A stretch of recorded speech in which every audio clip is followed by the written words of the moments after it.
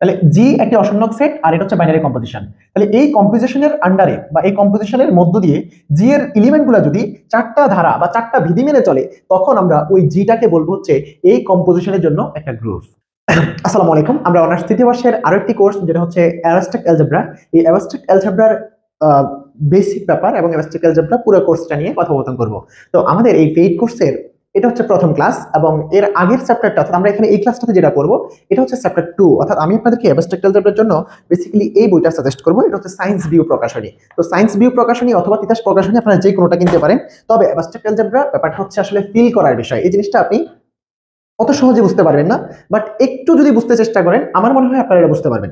এবং ব্যাপারটা খুবই তখন আপনার কাছে অনেক মজা লাগবে যখন আপনি অ্যাবস্ট্রাক্ট অ্যালজেব্রা বুঝতে শুরু করবেন এটা আসলে কোথায় ব্যবহার হয়। আমি আপনাকে একটু বলি, আপনারা নিশ্চয়ই লটারির কথা শুনছেন বা রিসেন্ট টাইমস যে অনলাইন ক্যাসিনো এই সেই হাবি যাবে। ভাই, গণিত আসলে শুধুমাত্র আপনি পৃথিবীর মঙ্গলের কাজে ব্যবহার হয় ব্যাপারটা এরকম না। এই যে আপনার জুয়া বা লটারি যে ব্যাপারগুলো, এই জিনিসগুলো একটা পদ্ধতি মেনেই তো হয়। এটা তো এমনি এমনি কপাল তো এখানে লেখা নেই ভাই।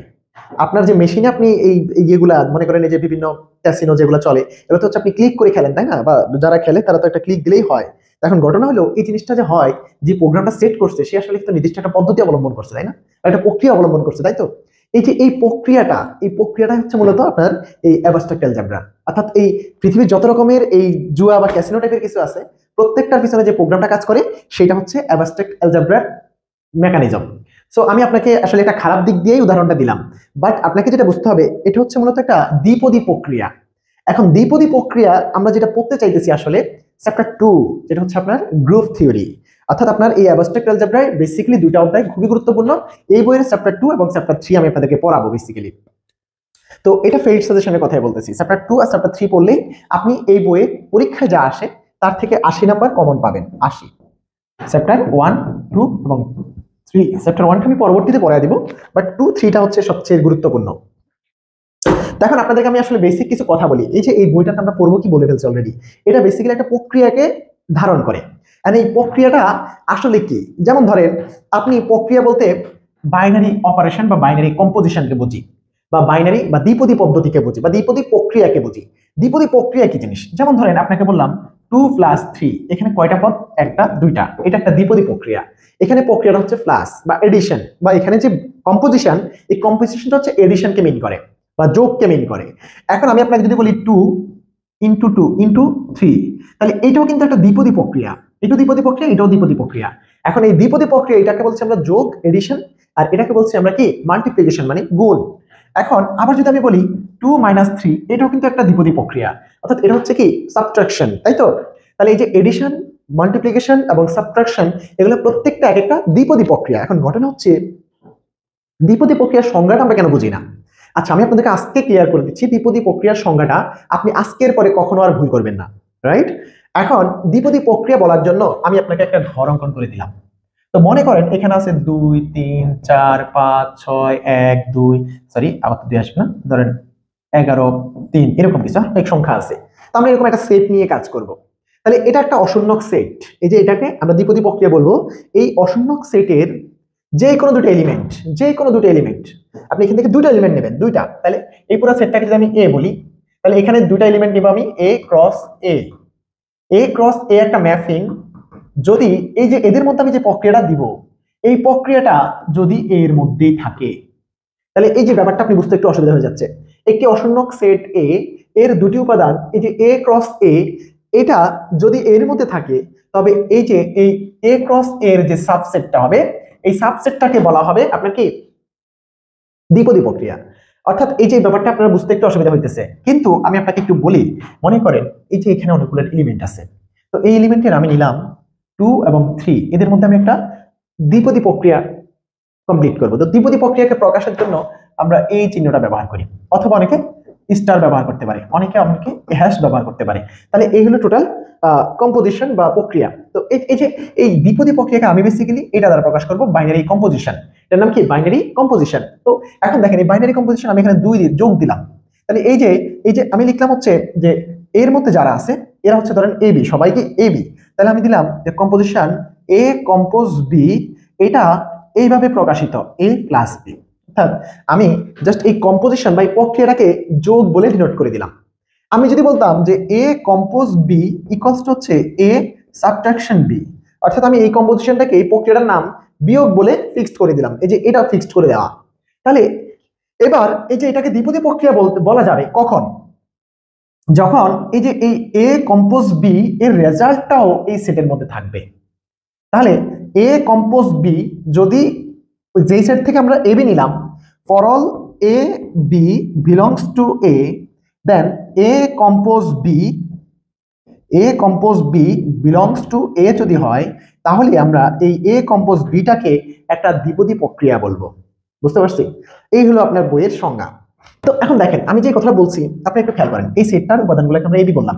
এখন এবি আমি নিলাম হচ্ছে ধরেন a ইকুয়ালস টু 3 এবং b ইকুয়ালস টু আপনার কত নিলাম ধরেন 1।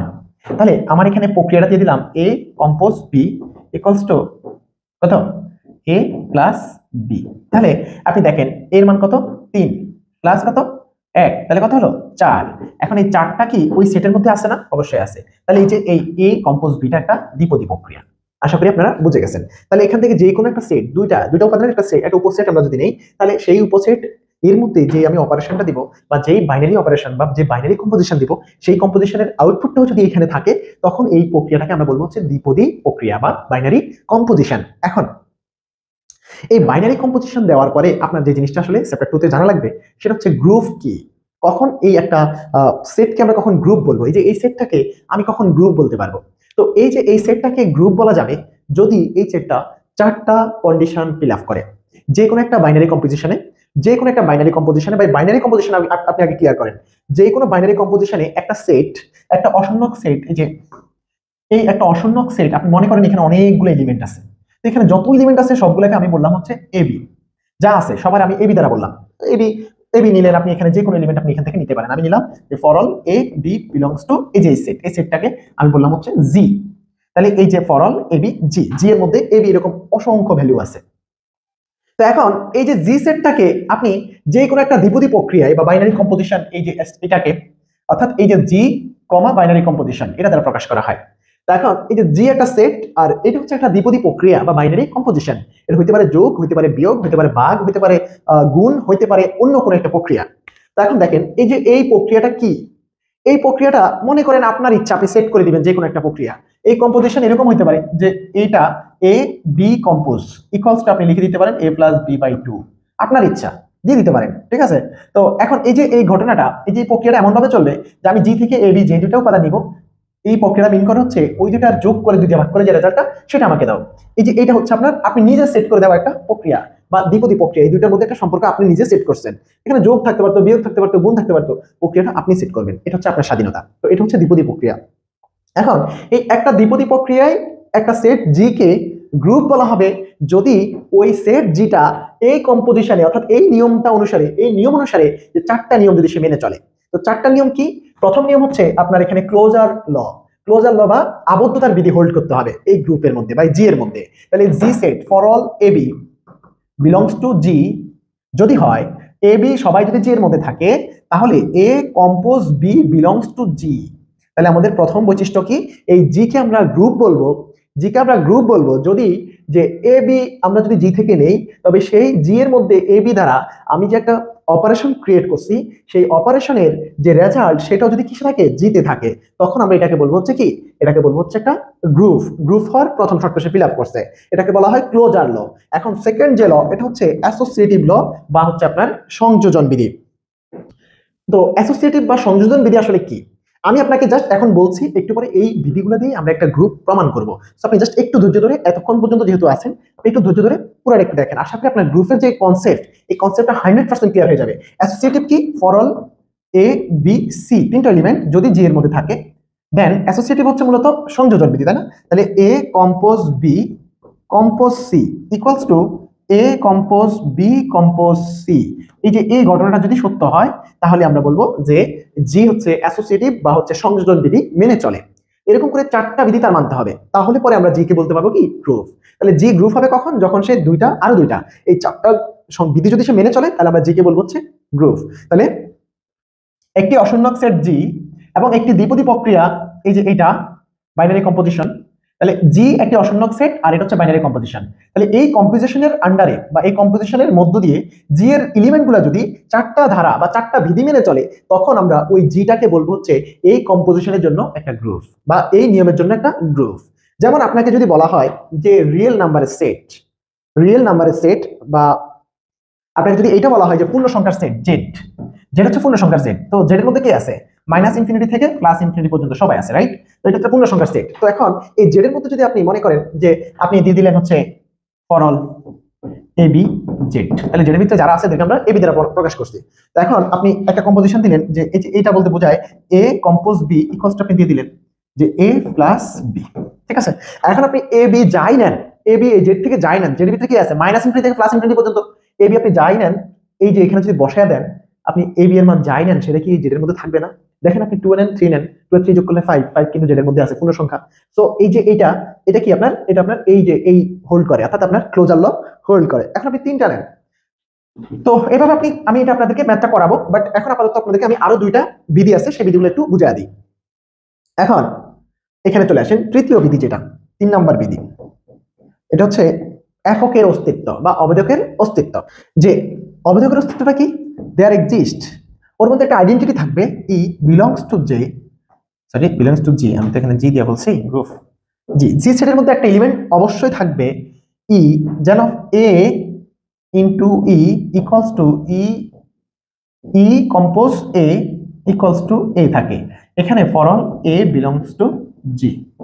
তাহলে এই যে এটা হচ্ছে জি এর এলিমেন্ট, এটা হচ্ছে কি জি এর এলিমেন্ট। তো জি এর ভিতরে একটা এলিমেন্ট আছে এরকম, যে কোনো এলিমেন্টের সাথে যদি আমি সেই এলিমেন্টটাকে ওই কম্পোজিশনের আন্ডারে দিয়ে দেই, তখন রেজাল্ট আসলে ওই একই ব্যাক করবে, অর্থাৎ একে কোনো চেঞ্জ আনবে না, অর্থাৎ এ যা আছে তাই। আপনি এটাই তো বুঝছিলেন যে বাস্তব সংখ্যার ক্ষেত্রে, যোগের ক্ষেত্রে আপনি বলছেন যে যোগের অবেদক হচ্ছে 0, অর্থাৎ 0 দ্বারা যোগ একটা প্রক্রিয়া ভাই, যোগ একটা দ্বিপদী প্রক্রিয়া। আপনি এই যে a প্লাস বি, এই যে এটা হচ্ছে যোগের প্রক্রিয়া, তাই না? এটা হচ্ছে দ্বিপদী প্রক্রিয়া। তো এই ক্ষেত্রে আপনি দেখেন ফর অল এ আর বি যদি 0 হয়, তাহলে দেখেন a প্লাস 0 মানে এই থাকতেছে, তার মানে এই 0টা হচ্ছে যোগ বা দ্বিপদী প্রক্রিয়াটা যখন এডিশনকে মিন করে, তখন এই যোগের অস্তিত্ব অবেদক হচ্ছে 0, এটা এখান থেকেও প্রমাণিত হয়। তাহলে আপনার এরকম এই গ্রুপটার মধ্যে এই এর জন্য আমরা একটা এলিমেন্ট পাবো ই, যেটার সাথে ওই এর কম্পোজ করলে, অর্থাৎ এর প্রক্রিয়াটা কন্টিনিউ করলে রেজাল্টে আসলে এই থাকবে, নতুন কিছু আসবে না বা এর কোনো চেঞ্জ হবে না। তো ওই এলিমেন্টটা যদি থাকে, তবে ওই এলিমেন্টটাকে আমরা বলবো হচ্ছে অবেদক বা আইডেন্টিটি এলিমেন্ট। সো এটা ইউনিক হবে, প্রত্যেকটা উপাদানের জন্য এই মানটা ইউনিক হবে। ওকে, তো এখন আসেন আমরা পরবর্তীতে লাস্ট যেটা, সেটা হচ্ছে বিপরীতকের অস্তিত্ব, অর্থাৎ এখানে একটা বিপরীত সংখ্যা থাকবে। 4 নাম্বারটা হচ্ছে বিপরীতকের অস্তিত্ব, অর্থাৎ আপনার এখানে for all A belongs to G এর জন্য আপনার there exist A inverse belongs to G, যেন আমরা A inverse equals to A inverse compose A equals to হচ্ছে আইডেন্টিটি এলিমেন্ট ই, ঠিক আছে? তাহলে এখন এর জন্য এর একটা বিপরীত এলিমেন্ট থাকবে, যেমন যোগের ক্ষেত্রে 2 এর বিপরীত এলিমেন্ট হচ্ছে -2, গুণের ক্ষেত্রে 2 এর বিপরীত এলিমেন্ট হচ্ছে 1/2। তাহলে গুণের ক্ষেত্রে এ যদি 2 হয়, এ ইনভার্স গুণের ক্ষেত্রে হচ্ছে 1/2। যোগের ক্ষেত্রে এ যদি 2 হয়, এ ইনভার্স হচ্ছে যোগের ক্ষেত্রে -2। তাহলে এই যে এই এ ইনভার্স বা এ ইনভার্স তার মূলত বিপরীত সংখ্যাকে বোঝায়, সেটা হচ্ছে যেই পদ্ধতিতে আপনি কাজটা করবেন ওই পদ্ধতির বিপরীত সংখ্যাকে মিন করে। যেমন আপনি এখানে যোগ বলছেন, যোগ, এই যে 2 আর -2 যোগ করলে 0 পাওয়া যাচ্ছে, তো দ্যাটস ওয়াই 2 আর -2 এরা পরস্পরের বিপরীত, যোগের বিপরীত, অর্থাৎ পদ্ধতিটা যখন যোগ বা এডিশন, এই দুটো পদের মধ্যে আমরা যখন বাইনারি অপারেশন দেই এবং সেই অপারেশনটা যখন যোগ দেই, তখন এই 2 এর বিপরীত বা যোগের বিপরীত সংখ্যা হচ্ছে -2, অর্থাৎ এ যদি 2 হয়, এ ইনভার্স বা এর বিপরীত সংখ্যা হচ্ছে -2। একইভাবে গুণের ক্ষেত্রে এ যদি 2 হয়, এ ইনভার্স হচ্ছে 1/2, বিকজ অফ তাদের দুজনকে গুণ করলে 1 আসে, আর এই 1টা হচ্ছে গুণের অবেদক বা গুণের আইডেন্টিটি। তো এখন দেখেন জি এর আইডেন্টিটি হচ্ছে ই, এই জি গ্রুপের আইডেন্টিটি কে ই। এখন এই দ্বিপদী প্রক্রিয়ায় এটা যেহেতু আইডেন্টিটি আমরা ফিক্সড করে ফেলছি, তাহলে এখন এই এর জন্য এমন একটা এলিমেন্ট জির মধ্যে থাকবে, যেই এলিমেন্টটা এর সাথে এই অপারেশনটা করলে বা এই কম্পোজিশনটা করলে রেজাল্ট আসলে এই জি এর আইডেন্টিটি এলিমেন্টটাই পাবো। দ্যাটস ওয়াই আমরা বলছি যে এই compose A inverse equals to A inverse compose A equals to হচ্ছে আইডেন্টিটি এলিমেন্ট। এখন আইডেন্টিটি এলিমেন্ট তো সবগুলা কম্পোজিশনে বা সবগুলা দ্বিপদী প্রক্রিয়ায় সেম না ভাই, যোগের জন্য একটা, গুণের জন্য আরেকটা, এভাবে আমরা হচ্ছে চেঞ্জ হচ্ছি, তাই না? তাহলে এরকম আমরা যখন বাইনারি কম্পোজিশনগুলো দেখবো, বাইনারি কম্পোজিশন কি আমি অলরেডি ব্যাখ্যা করছি। সো আপনি এখন এই যোগ আর বিয়োগ, গুণ, এগুলো আপনার জীবনে পরিচিত, আপনি ছোটকাল থেকে পড়ে আসছেন দেখে এই জিনিসগুলো আপনার ভালো বুঝতে হয়, বোঝা যায়। বাট বাকিগুলো আপনি বুঝে যাবেন আস্তে আস্তে, আপনাকে দুই একটা ম্যাথ করালে আপনি আশা করি ক্লিয়ার হয়ে যাবেন। সো আমরা এই চারটা বিধি যদি মেনে চলে একটা সেট, অশূন্যক সেট জি, যদি এই চারটা বিধি মেনে চলে, তাহলে আমরা জি কে বলবো হচ্ছে একটা গ্রুপ। জি কে বলবো কি? গ্রুপ। সাথে জি যদি আরো একটা জিনিস মেনে চলে, সেটা হচ্ছে বিনিময় বিধি। বিনিময় বিধি, বিনিময় বিধি কি? A compose B equals to B compose A. এটা যদি হয়, এই যে এটা যদি মানে, এটা যদি মেনে চলে, সরি আমরা এখানে এই কাজটা আসলে করা ঠিক হয় নাই। তাহলে এটা যদি মানে, তবে আমরা এইটুক মানলে বলতেছি গ্রুপ।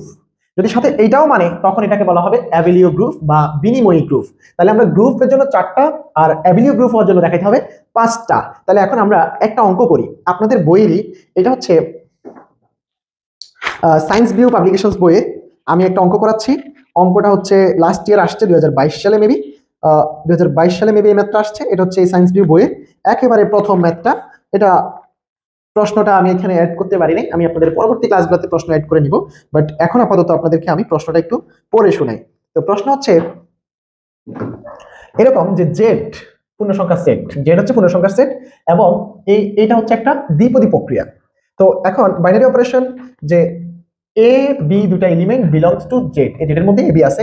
আর অপারেশনটা হচ্ছে যেন এই composition A composition B equals to A plus B plus 1। এখন তোমাকে দেখাইতে বলছে কি ভাই? তোমাকে দেখাইতে বলছে যে জেড জেড কম্পোজ এটা, এটা একটা গ্রুপ দেখাও। মানে এই যে কম্পোজিশনটা কি? কম্পোজিশনটা হচ্ছে এইটা, যোগ না বিয়োগ না, এটা একটা পদ্ধতি আমি আলোচনা করে দিলাম যে আমার এই কম্পোজিশনটা এই সূত্রকে মিন করে বা এইভাবে ব্যাখ্যা করে। এই গ্রুপের মধ্যে এলিমেন্টগুলা, এই যে এই প্রক্রিয়াটা সবাই গ্রুপের চাহিদা যদি ফিল আপ করে এই প্রক্রিয়া অনুসারে, তাহলে আমরা বলবো যেটা একটা এই কম্পোজিশনে কি গ্রুপ। তাহলে এখন দেখেন যেটা হচ্ছে পূর্ণসংখ্যা সেট এবং এবি কিন্তু জেড এর মধ্যে আছে, তার মানে কি এবিও পূর্ণসংখ্যা। তাহলে এখন আপনাকে প্রমাণ করতে হবে কি? আপনাকে প্রমাণ করতে হবে 1 নম্বরে এটা আসলে ক্লোজার ল হোল্ড করে কিনা। তো আমরা ক্লোজার ল হোল্ড করে কিনা একটু দেখি যে for all A B belongs to Z, then A compose B equals two,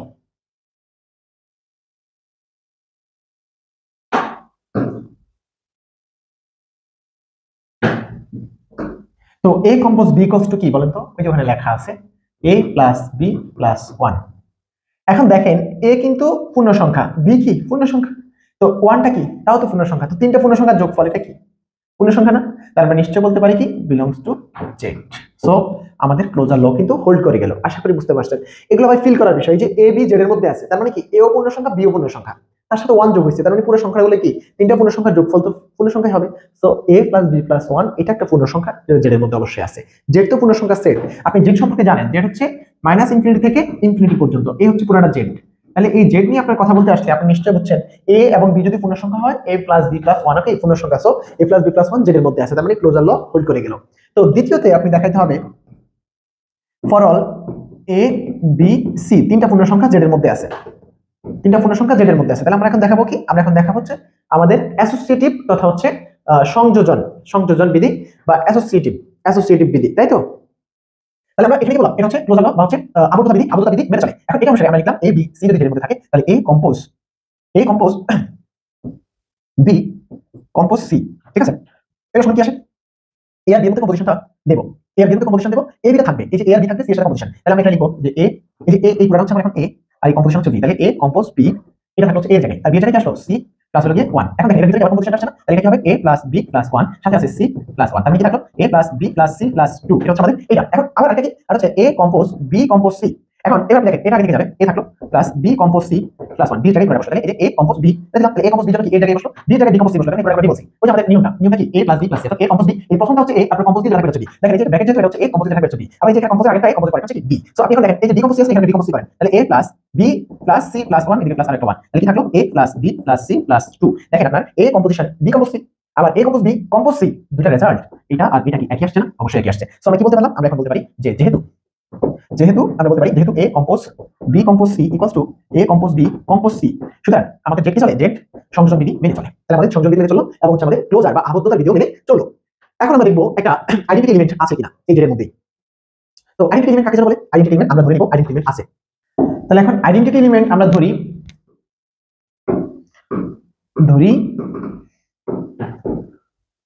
অবেদক। অবেদক আমরা কি ধরলাম? ই ধরলাম, ঠিক আছে। তাহলে অবেদক যদি ই হয়, এই ইটা বিলংস টু জেড, ঠিক আছে, ইটা বিলংস টু জেড। তো এখন দেখেন আমরা জানি যে এ কম্পোজ ই ইকুয়ালস টু কি হয় দেখেন তো, আমরা জানি হচ্ছে a প্লাস বি প্লাস 1টা ছিল হচ্ছে আমাদের কম্পোজিশন। তাহলে a প্লাস বি এর জায়গায় কি আছে, ই প্লাস হচ্ছে 1, ঠিক আছে।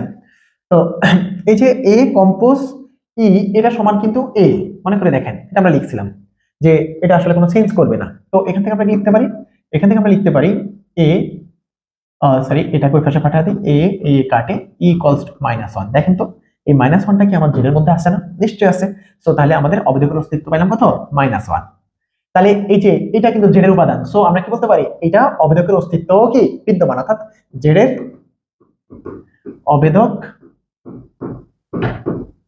বিদ্যমান, ঠিক আছে, বা অবেদকের অস্তিত্ব বিধি